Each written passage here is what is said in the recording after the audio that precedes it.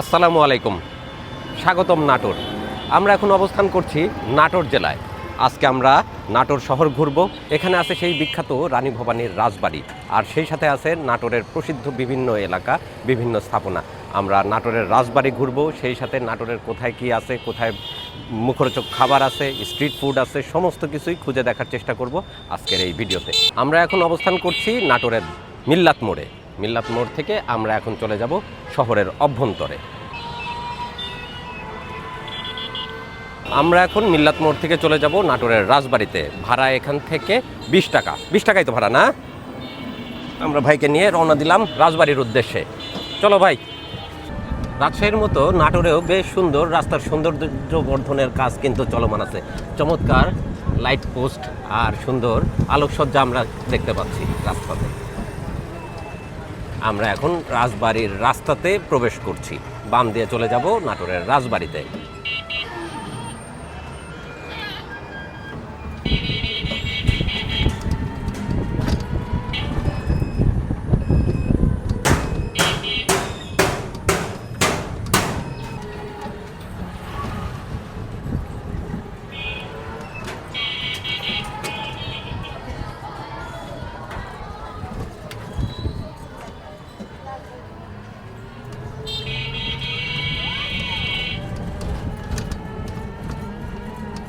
আমরা চলে আসলাম নাটোর রাজবাড়ির প্রধান ফটকে।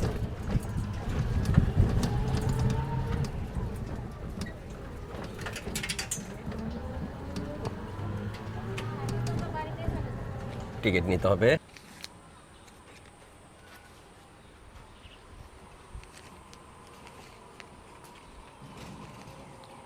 আমরা রাজবাড়িতে প্রবেশের জন্য টিকিট নিয়ে নিলাম। কম্পিউটারে প্রিন্ট করা টিকিট। জনপ্রতি প্রবেশ মূল্য 20 টাকা। এটা রাজবাড়ির প্রধান ফটক। আমরা এখন প্রধান ফটক দিয়ে ভিতরে প্রবেশ করব। প্রধান ফটক থেকে মেন রাজবাড়ির দূরত্ব কিন্তু অনেকখানি।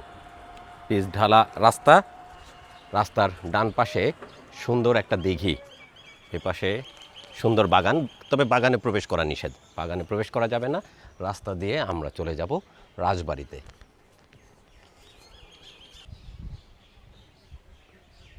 পুকুরের সামনে আমরা একটা সাইনবোর্ড দেখতে পাচ্ছি। এটা হচ্ছে জলটুঙ্গি পুকুর। নাটোর রাজবংশের অপূর্ব নিদর্শন এই জলটুঙ্গি পুকুর। বিশাল এই পুকুরটি নাটোর রাজবংশের স্মৃতি বহন করছে। তার মানে এই পুকুরটি রাজারা যারা সেই সময় এখানে বসবাস করতেন, ওনারাই এটি খনন করেছিলেন।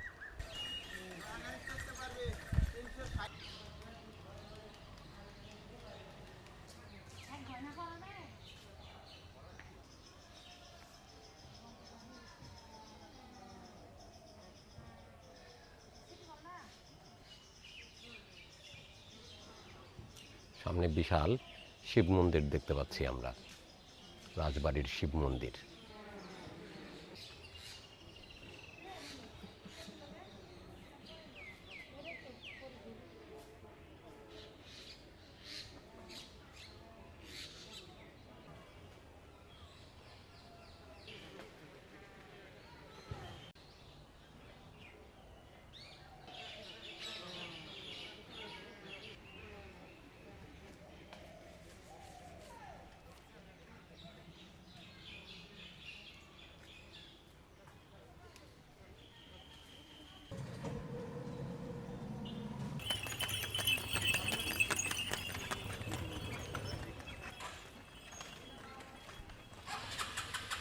ইতিহাসের সাক্ষী হতে চলে আসছি নাটোরে।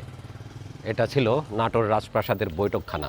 মহারাজা আমৃত্যবর্গ ও সভাসদগণের সাথে বছরে বিভিন্ন সময় বৈঠকখানাতে মিলিত হতেন। এটাই সেই বৈঠকখানা।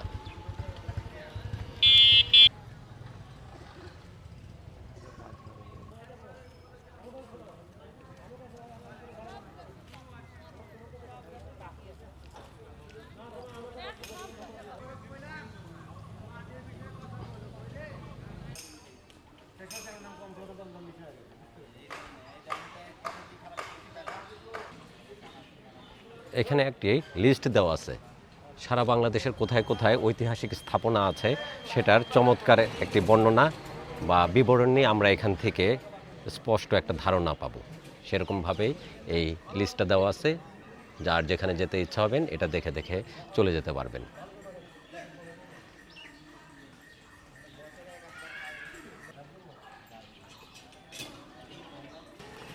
এখানে একটি নোটিশ টাঙানো আছে, কোনো ধরনের কোনো রকম অনিষ্ট সাধন করা যাবে না, সেই বিষয়ে একদম যথাযথ বিজ্ঞপ্তি প্রদান করা আছে। কাজেই আপনারা সাবধান, এখানে কোনো ধরনের কোনো অনিষ্ট সাধন আপনারা করবেন না। আসবেন, দেখবেন, ঘুরবেন, তারপরে আনন্দ করে এখান থেকে বের হয়ে যাবেন। এখানে দেখতে পাচ্ছি শ্যামসুন্দর মন্দির, বড় তরফের রাজাদের স্থাপিত শ্যামসুন্দর মন্দির, প্রাচীন স্থাপত্যশৈলীর এক অপরূপ নিদর্শন। মন্দিরটিতে এখন নিয়মিত পূজা হচ্ছে।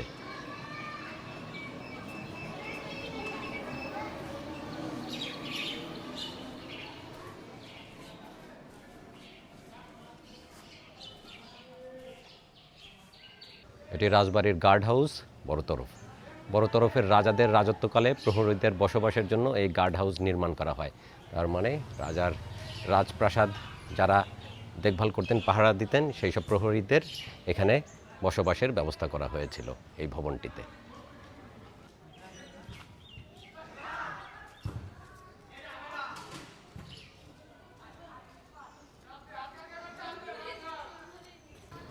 এটি রাজবাড়ির মালখানা, বর্তমানে এটি পুলিশ ফাঁড়ি হিসেবে ব্যবহৃত হচ্ছে।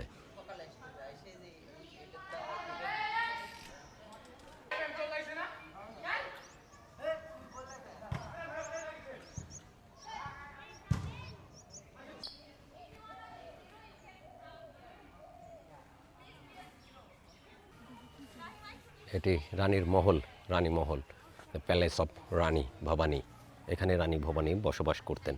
তবে ভবনটি কিন্তু ভেঙে ধ্বংস হয়ে গেছে, এই যে অনেকটা মাটির নিচে চলে গেছে, উপরের অংশটুকু ধসে গেছে, ভেঙে চলে গেছে পুরাটা ভবনই। তারপরেও কিছুটা অংশ অবশিষ্ট আছে, যেটা দেখার জন্য আজকে আমরা চলে আসছি এবং আপনাদেরকে দেখাতে নিয়ে আসছি। আমরা ভবনটা একটু ঘুরে দেখি এই পাশ দিয়ে।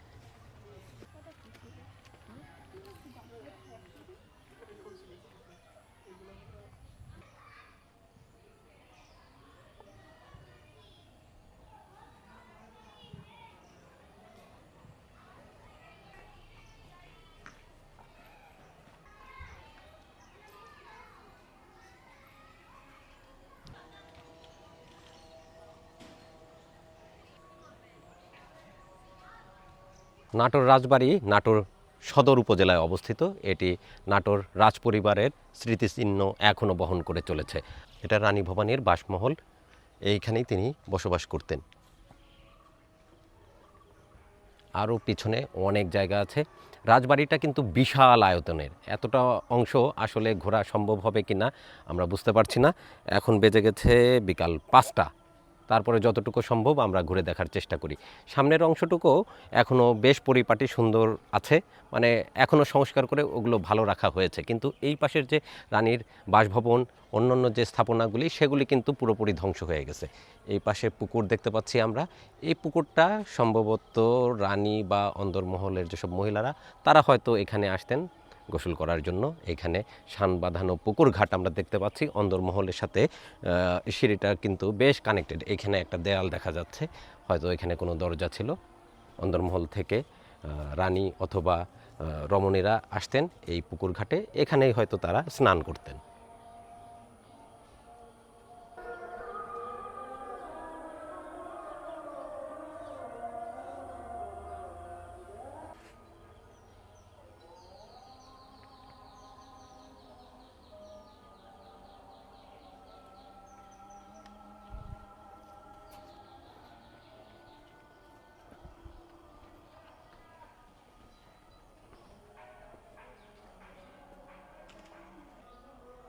হ্যাঁ, এবার বোঝা যাচ্ছে রানীর বাসভবন এটি ছিল সেই রানী ভবানীর বাসভবন, যিনি ছিলেন নাটোরের একজন দুর্দণ্ড প্রতাপশালী রানী।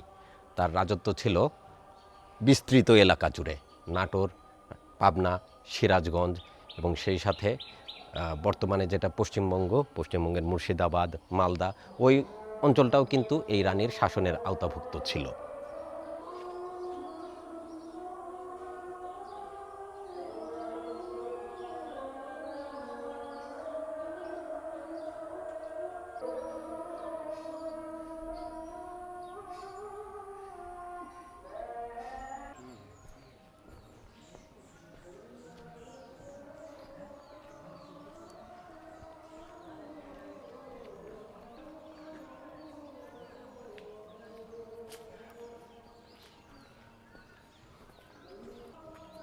ইতিহাস ও ঐতিহ্যের খোঁজ করতে করতে আজ আমাদের অবস্থান নাটোর জেলায়। রানী ভবানীর বিখ্যাত রাজপ্রাসাদ দেখার ইচ্ছায় আমরা অবস্থান করছি নাটোরের রাজ পরিবারের এই যে রাজভবন, আমরা সেটা দেখার জন্য চলে আসছি। নাটোরের রাজবাড়ি যেটা, সেই রাজবাড়ি দেখার উদ্দেশ্যে, নাটোরের রানী ভবানীর বাসভবন দেখার উদ্দেশ্যে।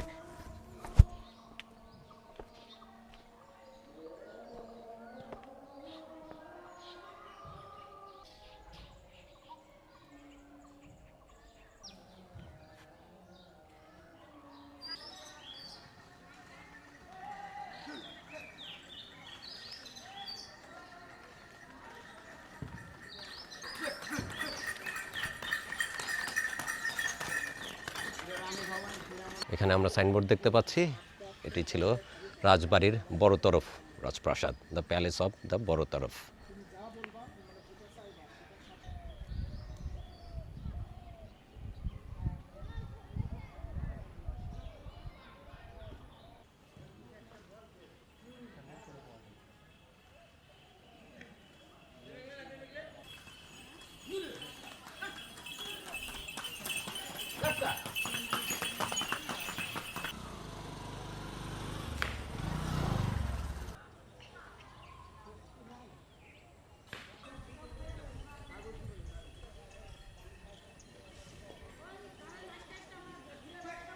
এই ভবনটির নাম আমরা দেখতে পাচ্ছি হানি কুইন ভবন।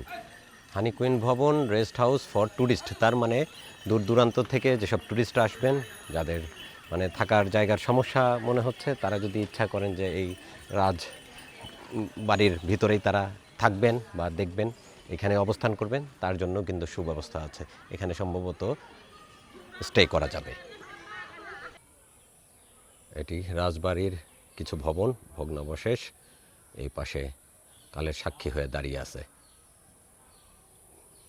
বিস্তীর্ণ এলাকায় রাজবাড়ির রাজভবনগুলি বিভিন্ন জায়গায় ছড়িয়ে ছিটিয়ে আছে, সেগুলোই আমরা দেখতে দেখতে এগিয়ে চলেছি।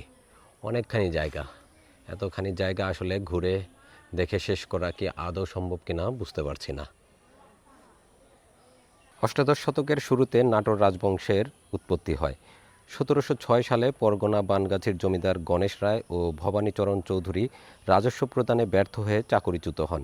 দেওয়ান রঘুনন্দন জমিদারিটি তার ভাই রামজীবনের নামে বন্দোবস্ত নেন।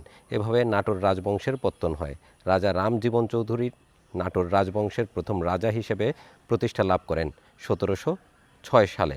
মতান্তরে 1710 সালে। 1734 সালে তিনি মারা যান। 1730 সালে রানী ভবানীর সাথে রাজা রাম জীবনের দত্তক পুত্র রামকান্তের বিয়ে হয়। রাজা রাম জীবনের মৃত্যুর পরে রামকান্ত নাটোরের রাজা হন। 1748 সালে রাজা রামকান্তের মৃত্যুর পরে নবাব আলীবর্দী খাঁ রানী ভবানীর উপর জমিদারি পরিচালনার দায়িত্ব অর্পণ করেন। রানী ভবানীর রাজত্বকালে তার জমিদারি বর্তমান রাজশাহী, পাবনা, বগুড়া, কুষ্টিয়া, যশোর, রংপুর, পশ্চিমবঙ্গের মুর্শিদাবাদ, বীরভূম, মালদা জেলাসহ বিস্তৃত ছিল।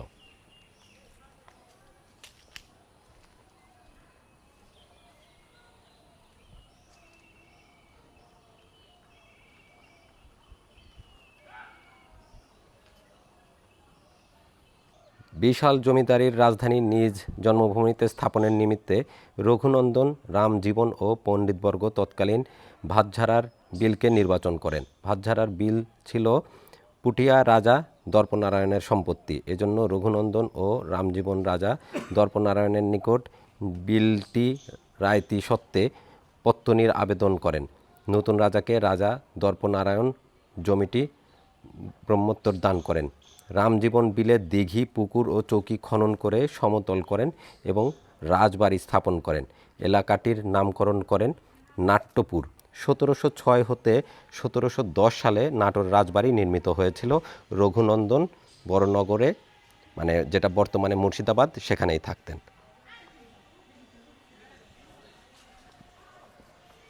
রাজবাড়ির মোট আয়তন 120 একর। ছোট বড় 8টি ভবন আছে, 2টি গভীর পুকুর ও 5টি ছোট পুকুর আছে। রাজবাড়ি বেষ্টন করে আছে 2 স্তরের বড় চৌকি। পুরো এলাকা দুইটি অংশে বিভক্ত, ছোট তরফ ও বড় তরফ। রাজবাড়ির উল্লেখযোগ্য মন্দিরগুলো হলো শ্যামসুন্দর মন্দির, আনন্দময়ী কালীবাড়ি মন্দির, তারাপীঠ মন্দির, তারকেশ্বর শিব মন্দির।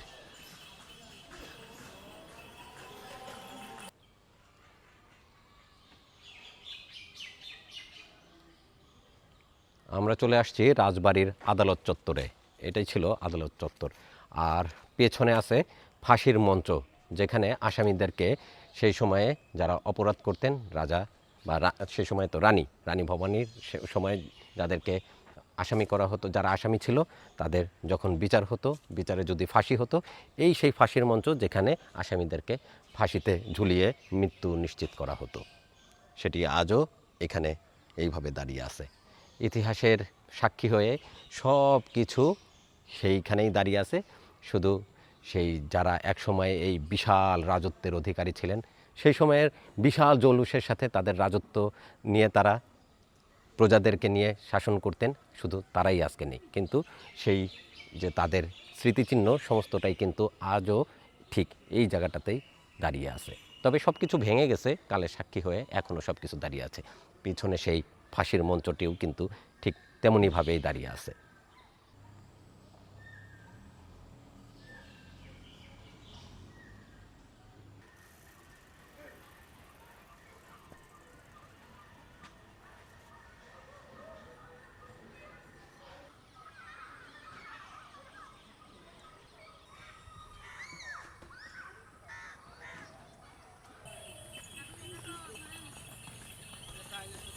ভবনের চারিদিক দিয়ে বিশাল একটা ক্যানেল করা, মানে চারিদিক দিয়ে ঘিরে রাখা আছে এই ক্যানেল, যাতে বাহির থেকে কেউ সহজে আক্রমণ করতে না পারে।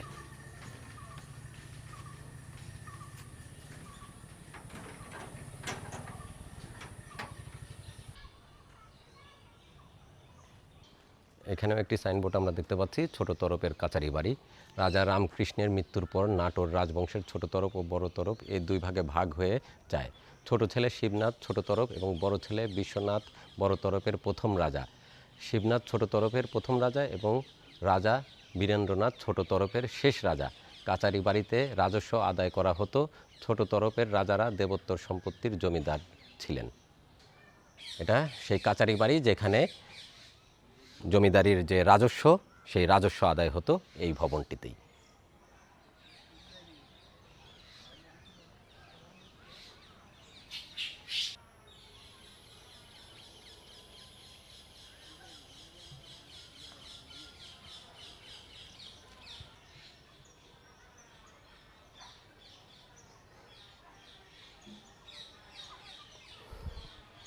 ইতিহাস আর ঐতিহ্যের খোঁজ করতে করতে আজ এসেছিলাম নাটোর জেলায় রানী ভবানীর স্মৃতিবিজড়িত রাজবাড়ি দেখার উদ্দেশ্যে। বিশাল এরিয়া জুড়ে রানী ভবানীর সেই স্মৃতিবিজড়িত রাজভবনটি অবস্থিত।